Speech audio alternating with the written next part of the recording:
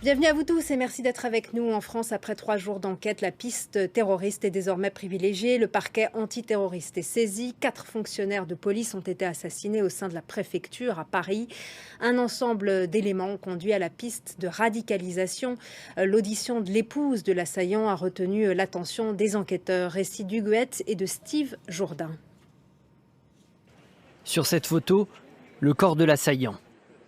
Michael H., 45 ans, est né en Martinique à Fort-de-France et c'est désormais le profil d'un homme radicalisé que les enquêteurs semblent privilégier.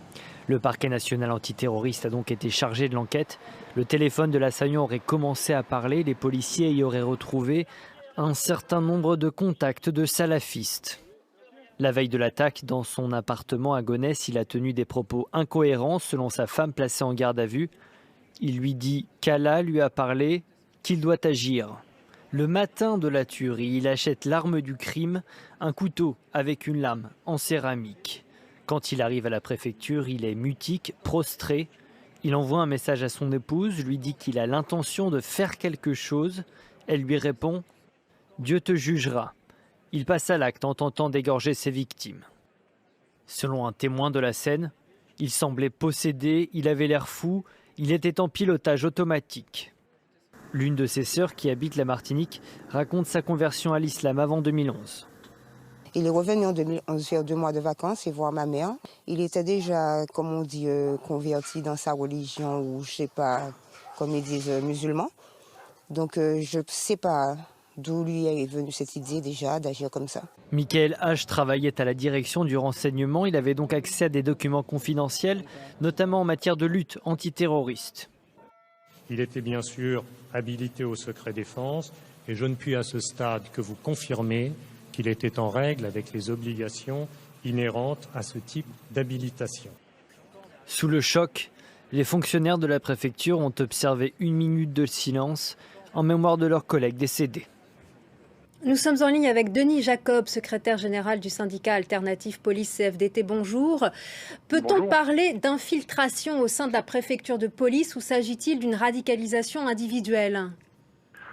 Écoutez, à ce stade de l'enquête, je pense qu'il est très difficile d'y répondre. On sait juste que c'est un agent qui s'était effectivement converti à l'islam depuis plusieurs années, qui s'était ensuite progressivement radicalisé. Avec des signes peut-être avant-coureurs, en tous les cas dans sa façon de réagir avec ses collègues sur son lieu de travail, en tous les cas des éléments d'information que l'on avait communiqués quelques heures après les faits, mais qui ne permettaient pas d'établir clairement qu'on était sous le coup d'une enquête antiterroriste. C'est le parquet qui va mener cette enquête-là, et puis on saura si effectivement on était sur quelqu'un qui s'est uniquement radicalisé, ou si c'était quelqu'un qui avait pu être piloté, que je doute à ce stade. Voilà, je pense qu'aujourd'hui, il est trop tôt pour faire de la spéculation sur éventuellement une infiltration de la police nationale. Vous savez, ce n'est pas secret.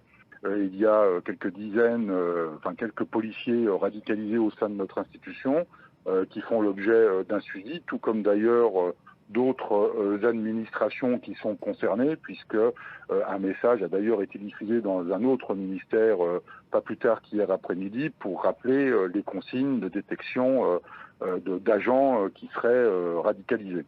Vous parlez de signes avant-coureurs. On dit qu'il ne serrait pas la main des femmes. Est-ce que cette information est confirmée par les collègues ou pas ?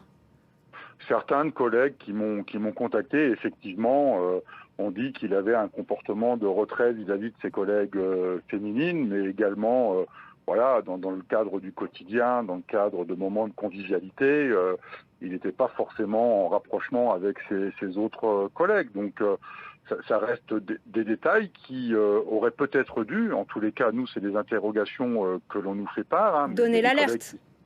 Voilà, il y a des collègues qui s'interrogent. Ces comportements qui peuvent paraître comme du détail, est-ce qu'ils ont fait l'objet d'un signalement à la hiérarchie? Est-ce qu'ils ont été pris en compte? Est-ce que l'on savait qu'il était radicalisé. Voilà. Est-ce que, alors le préfet de police dit qu'il était en règle avec son habilitation secret défense, donc il n'y a pas lieu de remettre en cause la parole du préfet de police, mais on s'interrogeait effectivement sur le fait, est-ce que l'habilitation avait bien été renouvelée en temps et en heure, et est-ce que les enquêtes qui l'accompagnent avaient bien été menées comme elles doivent l'être, à savoir une enquête sur lui, sur sa famille, son entourage, ses implications éventuelles politiques, religieuses. Voilà, donc le préfet de police dit que tout était en règle, donc il n'y a pas lieu de douter de ce qu'il dit. Et puis se pose aujourd'hui la question du suivi. Est-ce que le suivi des quelques policiers radicalisés au sein de notre institution est efficace et est-ce qu'il ne faut pas envisager des mesures complémentaires pour que ce suivi soit efficient et qu'on évite absolument un nouveau drame comme celui-là? Aujourd'hui, la question, c'est de savoir pourquoi cet agent a pu passer entre les mailles du filet. Comment a-t-il pu faire un tel carnage au sein de la préfecture de police? Je pense que nos 4 collègues qui sont décédés et leurs familles méritent, à l'issue de l'enquête, de savoir toute la vérité sur cet agent qui les a tués. Merci beaucoup, Denis Jacob, d'avoir été Merci avec nous en ligne sur France 24. Merci à vous. Merci, au revoir.